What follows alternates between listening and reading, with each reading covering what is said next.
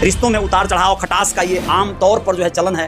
पहले वो गाँव में रहना या शहरों में रहना, लेकिन संगठित परिवार में रहना हीटर की तरफ बिल्कुल छन गए। दोस्तों देखिए, जैसा कि मैं आप लोगों को कहते रहा हूँ हमेशा कि मेरे भाग्य में कुछ अच्छी चीज़ें भी लिखी हुई हैं। ये जो दुकान आप लोग देख रहे हैं, ये एक तरह का एक शॉप है, एक दुकान है, इलेक्ट्रॉनिक की दुकान है। और भाई रामशीष जो निषाद जी हैं, एक बड़े अच्छे मित्र हैं मेरे, उनकी ये दुकान है। और उन्होंने मुझे अब इसे जो है रियल रिपोर्टर न्यूज़ का ऑफिस डालने के लिए अथॉरिटी दे दिया है। नमस्कार, अजय साहनी स्टार हूँ और रियल रिपोर्टर न्यूज़ पे और रियल रिपोर्टर न्यूज़ स्टार पे आप लोगों का स्वागत करता हूँ। और दोस्तों, मैं अक्सर आप लोगों को बहुत सारे ऐसी बातों को बताता हूं जो बातें आपके बहुत हितकारी हो सकती हैं, आपके जीवन में, आपके रिश्तों में वो बड़े काम की साबित हो सकती हैं। बस उसे आप लोग गहनता से समझें, क्योंकि देखिए जीवन में बहुत सारे हम लोगों के उतार चढ़ाव आते हैं। कई बार रिश्तों में दरारें आ जाती हैं, रिश्तों में उतार चढ़ाव खटास का ये आम तौर पर जो है चलन है। बहुत सारे लोग जो समाज में हैं, सामाजिक रिश्तों के दायरों और बंधनों से बंधे हैं, उनके रिश्तों में कई बार इस तरह के पेच आते हैं कि वो समझ नहीं पाते हैं, वहाँ से उबर नहीं पाते हैं, निकल नहीं पाते हैं और सोचते हैं कैसे इससे पार पाएँ।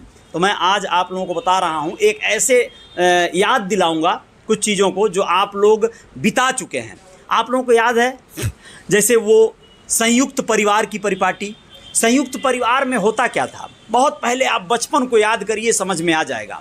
एक दादी होती थी, चाचा होते थे, चाची, बड़ी अम्मा, बड़े बाबूजी, दादाजी, पिताजी, माँ, भाई बहनों का एक अच्छा खासा गुच्छा, एक समूह। ये सारी चीज़ें जो चलती थी वो अब कहीं ना कहीं विलुप्त होती नज़र नहीं आ रही हैं।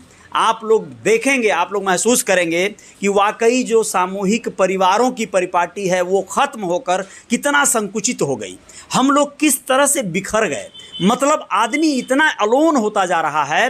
परिवार जो उसका एक समूह हुआ करता था, उसकी ताकत, उसकी शक्ति हुआ करता था, वो अब ख़त्म होने सी लगी है। पहले वो गाँव में रहना या शहरों में रहना, लेकिन संगठित परिवार में रहना ये होता ही होता था। एक सास होती थी, सासू माँ, यानी उसकी होप होती थी, आशा होती थी कि वो अपने बच्चे की शादी करे और अपने बहू से खूब सेवा करवाए। लेकिन अब उसकी ख्वाहिशें अधूरी रह जाती हैं। बहुत सारी बातें हैं इस विषय पे कहने के लिए, लेकिन मैं फिर एक बार कहना चाहूँगा, इससे अगर किसी को लगता है बड़े बड़े परिवारों के ख़त्म और विघटन होने से जो छोटे छोटे परिवारों में लोग डिवाइड हुए हैं, उससे कुछ लोगों को सुकून मिला होगा तो कुछ लोगों को समस्याओं का सामना भी करना पड़ा होगा। लोग परदेशों की ओर पलायन कर गए। जो घर के मुखिया होते थे, यानी बेटे, आमतौर पर जो बुजुर्ग थे वो तो गाँव में रह गए, फिल्टर की तरफ बिल्कुल छन गए। लेकिन जो बेटे हैं उनके, वो शहरों की तरफ रुख किए और उनकी जो पत्नियां हैं वो घरों में विघटन करके वो भी शहरों की तरफ रुख की।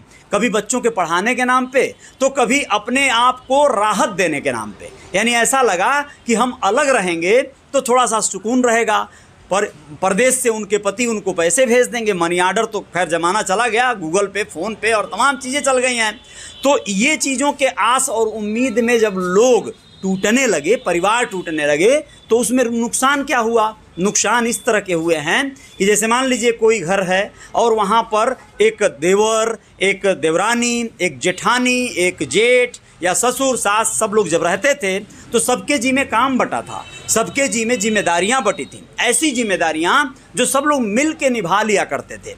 कई बार तो जो घर की महिलाएं होती थीं, कोई चावल बनाती थी, दाल बनाती थी, तो कोई आटा गूंदने और रोटी बनाने का जिम्मा उसके जिम्मे होता था। साग सब्जी काटने का सासू माँ या बड़ी वाली जेठानी के जिम्मे होता था। लेकिन अलग अलग विभाग बंट गए थे। जेठ जी बाजार से सब्जी लाएंगे तो देवर जी आटा पिसाने जाएंगे। इस तरह की चीज़ें बट जाती थी। जब कभी कोई किसी को समस्या आती थी ना, तो बाहर से किसी को ढूंढना नहीं पड़ता था कि कौन उनको लेके अस्पताल जाएगा। घर के लोग ही इतने काफ़ी होते थे कि वो सब लोग छाप लेते थे, उनको लेकर सही जगह पे सही उपाय कर लेते थे। लेकिन अब ऐसा नहीं रह गया है।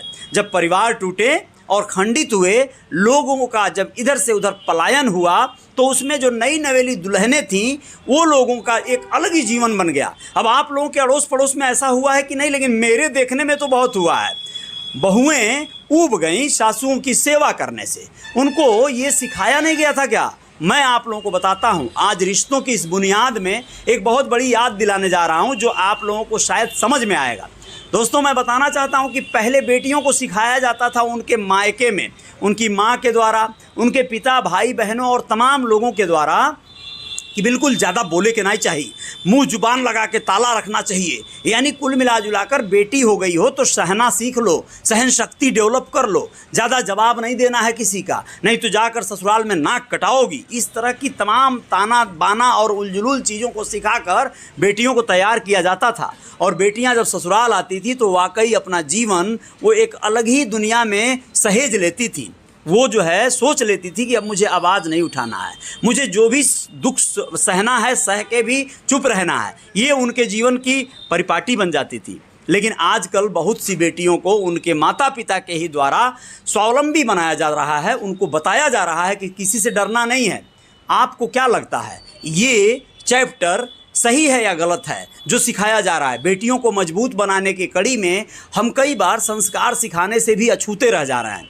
आज का जो सोशल मीडिया का ट्रेंड है, जो तमाम रील्स और शॉर्ट्स के ज़माने हैं, इसमें बेटियां मायके में ही यानी अपने माँ और पिता के घर में ही सीख जा रही हैं कि उनका सासू के साथ क्या इंतजामात करने हैं कि सासू उनके साथ पंगा ना ले सके, और पतियों को कैसे सुधारना है। ये सारी चीज़ों पर आएंगे अगली वीडियो में। लेकिन आप लोग रिश्तों के इस परिपाटी में आप ज़रूर बनिएगा, मेरे साथ जुड़िएगा।